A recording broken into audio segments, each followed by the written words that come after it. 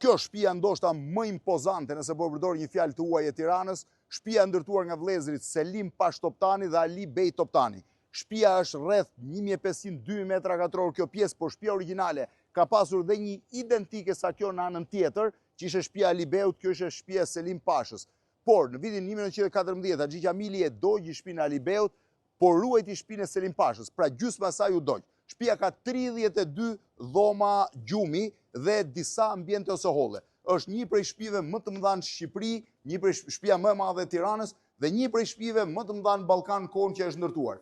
Është një shtëpi që ka një bodrum me labirinte poshtë, ka një labirint tjetër në katin e parë, shiheni ka dhe një dhomë denje në katin e parë. Nëse unë eci vetëm në këtë drejtim do ju tregoj se sa e thellë është në pjesën e poshtme, ka shërbyer si Institut i Monumenteve të Kulturës, pra dhe në anën tjetër dhe në këtë drejtim është shumë e thellë, por po ngjitem në katin e dytë sepse rrjedhsi nuk më lejon të kem shumë kohë, po ngjitem katin e dytë për të treguar se çfarë përmasash ka shtëpia e Selim Pashës, e cila është rreth 1500 metra katror dhe ka 32 dhoma gjumi përveç holleve. Në çdo drejtim që mund të hecni është pafund. Ky është holli qendror i jashtëzakonshëm, i ndërtuar 200 vjet më parë. Shiheni çfarë vetrate xhami me 3 vetratat.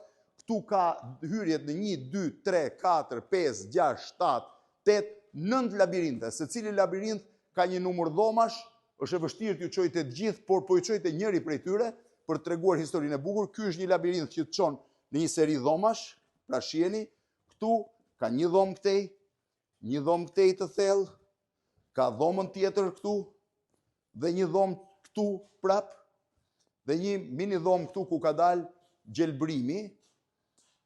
Ka një vetrat gjigande përballë me xhama që vinin nga Venecia dhe këtu është dera që e lidhte me shtëpinë Ali Beut që u dogj dhe mas djegjes saj u ndërtua një mur.